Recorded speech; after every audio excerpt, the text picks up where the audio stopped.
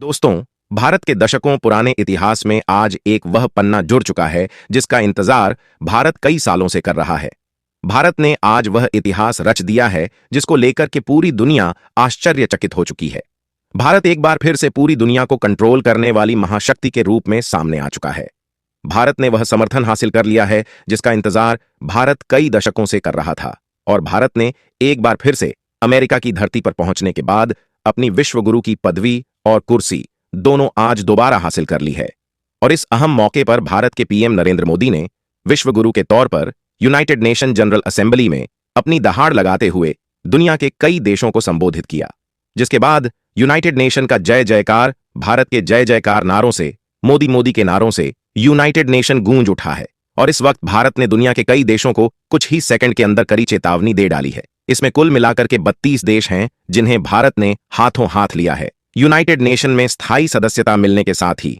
लेकिन भारत को यह स्थायी सदस्यता आसानी से नहीं, बड़ी जद्दोजहद के बाद मिली है। लेकिन भारत के लिए लड़ने वाले दो देशों ने भारत का सबसे अहम योगदान इसमें दिया है। पहला अमेरिका खुद और दूसरा रूस, भारत का सबसे करीबी। लेकिन चीन को इस खबर के बाद से बुरी तरह से मिर्ची लग चुकी है और चीन का बोरिया बिस्तरा अब यूनाइटेड नेशन से बाहर जाने का बन चुका है। तो वहीं पाकिस्तान के डेलीगेट्स को भारत ने इस कदर लठेरी में कि जिसे सुनने के बाद आप भी खुशी से झूम उठेंगे।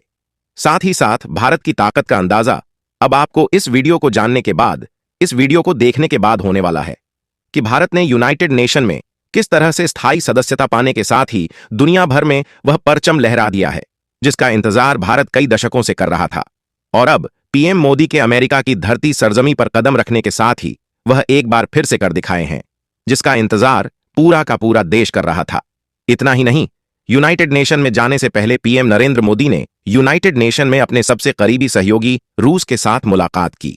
और जैसे ही यूनाइटेड नेशन में कदम रखा, यूनाइटेड नेशन जनरल असेंबली के महासचिव एंटोनियो गुटेरेस सहित सबने भारत का भव्य स्वागत किया है। अब भारत वह वीटो पावर वाला देश बन चुका है जिसका इंतजार पूरी दुनिया के लगभग 68 देश बड़ी बेसब्र से कर रहे थे, जिनका प्रतिनिधित्व अब यूनाइटेड नेशन में भारत करने जा रहा है।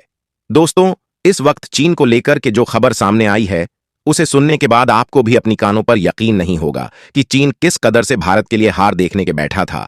और वहीं कनाडा और साथ ही साथ यूनाइटेड किंगडम और यूनाइटेड किंगडम के साथ ही तुर्की और ईरान जैसे देशों ने अमेरिका को, जिस तरह से अमेरिका ने इन देशों को लपेटा है, वह बात यह देश कभी अंदाजा भी नहीं लगा सकते थे।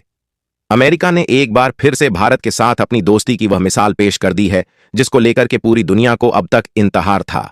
जी हां, बड़ी खबर आ चुकी है। साथ ही साथ भारत को लेकर के जो सबसे अहम खबर सामने आई थी कि भारत के अजीत डोभाल को लेकर के समन अमेरिका ने जारी किया था, उसको लेकर भी अब अमेरिका के राष्ट्रपति जो बाइडेन ने बहुत बड़ी बात कही है। क्या कहा है, क्या इस वक्त पूरी खबर सामने आ रही है और भारत ने किस तरह से अब परचम लहराया है, वह भी दिखाएंगे आपको इस वीडियो में आगे। तो चैनल पर बने रहें और वीडियो को लाइक, और चैनल को अगर अभी तक आपने सब्सक्राइब नहीं किया है तो दोस्तों सबसे पहले चैनल को सब्सक्राइब कर लीजिए, क्योंकि आपके लिए यह महज कुछ एक सेकंड का काम है, लेकिन इससे हमारी बहुत बड़ी मदद होती है। साथ साथ भारत की इतनी बड़ी उपलब्धि के लिए कमेंट बॉक्स में जय हिंद जय भारत जरूर लिखिए, क्योंकि नेगेटिव कमेंट करने वालों की अभी भी कमी नहीं है। जी हां दोस्तों, इस वक्त यूनाइटेड नेशन में पीएम मोदी का भाषण सुन के पूरी दुनिया गदगद हो रही है। तो वहीं दुनिया के कुछ देशों की हालत कुछ इस तरह से बन चुकी है कि अब उन्हें लगता है कि ना वो घर के रहे हैं और ना ही घाट के, और वह यूनाइटेड नेशन से सीट यानी कि अपनी कुर्सी छोड़कर भी भागने की तैयारी में है। और आपको बता दें कि जानकर हैरानी होगी, इनमें से कई मुस्लिम देश वह भी हैं जिनके भारत से अब तक बेहतर संबंध थे, लेकिन भारत के यूनाइटेड नेशन में पहुंचने के साथ ही इन देशों की हालत खराब हो चुकी है। तो वहीं चीन को कुछ इस कदर से मिर्ची लगी है कि चीन अब भारत के साथ अपने संबंधों को लेकर के जो बोला है, और भारत और पीएम मोदी के साथ ही साथ अमेरिका के जो बाइडेन को लेकर के जो जहर चीन ने उगला है, उसे सुनने के बाद आप भी चीन की मंशा को बेहतर समझ जाएंगे। बता दें कि चीन के डेलीगेट्स ने यह बात कहते हुए कहा है कि क्वाड उन देशों का संगठन है जो पूरी दुनिया में बांटो और राज करो की नीति पर काम करते हैं। तो क्या वास्तव में ऐसा है? लेकिन भारत के पीएम नरेंद्र मोदी ने सीधे तौर पर मुंह पर दे मारा है चीन के तमाचा। जी हां, भारत के पीएम श्री नरेंद्र मोदी ने साफ तौर पर यूनाइटेड नेशन में अपने स्पीच में कह दिया है कि यूनाइटेड नेशन में भारत की एंट्री किसी देश के साथ प्रतिशोध के लिए नहीं है और ना ही किसी देश को नीचा दिखाने के लिए है, बल्कि भारत सर्वधर्म सद्भावना की भावना के साथ ही पूरी दुनिया को एक साथ लेकर के साथ चलने वाले देशों में है। और यही वजह और यही चीज भारत को पूरी दुनिया से अलग करती है। पीएम मोदी का भाषण सुनने के बाद, पीएम मोदी का स्पीच सुनने के बाद दुनिया के तमाम देशों में हलचल मच चुकी है। बता दें कि दुनिया के तमाम देशों में भारत ने उन मुस्लिम देशों को सीधा निशाने पर लिया है जो पीओके के मामले में पाकिस्तान को सपोर्ट करते हैं। उन्होंने कहा है कि गलत होने के बावजूद अगर आप उसका सपोर्ट करते हैं तो आप भी कहीं ना कहीं गलत में ही गिने जाएंगे। यह कहते हुए पीएम मोदी ने कहा कि भारत सबके समर्थ के साथ ही और सबकी अच्छाई के लिए यूनाइटेड नेशन में अब आगे काम करने वाला है।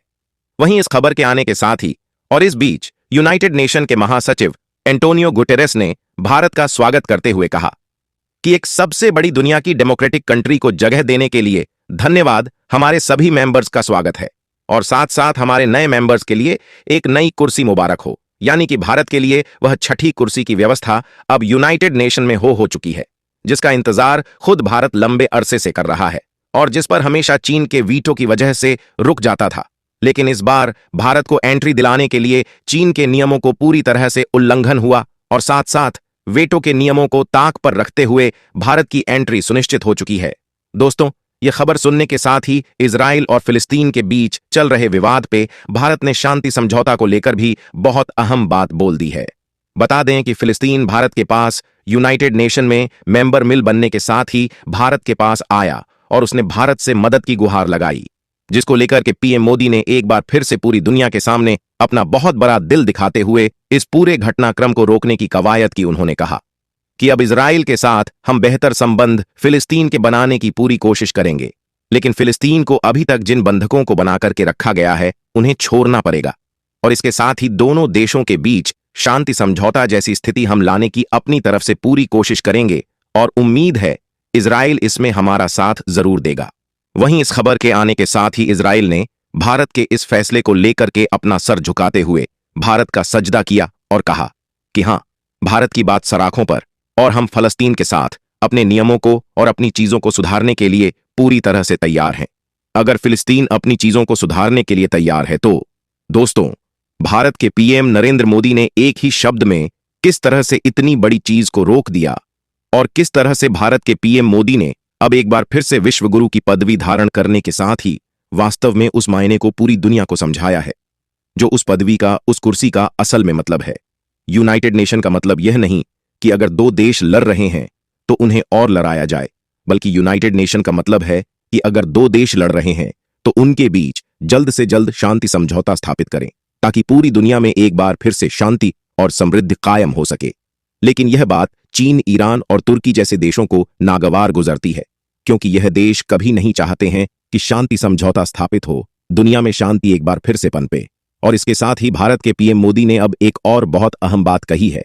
उन्होंने कहा है कि अब दुनिया के कई देशों के साथ वह समिट करने जा रहे हैं और फ्यूचर में पीएम मोदी कई बड़ी चीजों को लेकर भी घोषणा करने जा रहे हैं।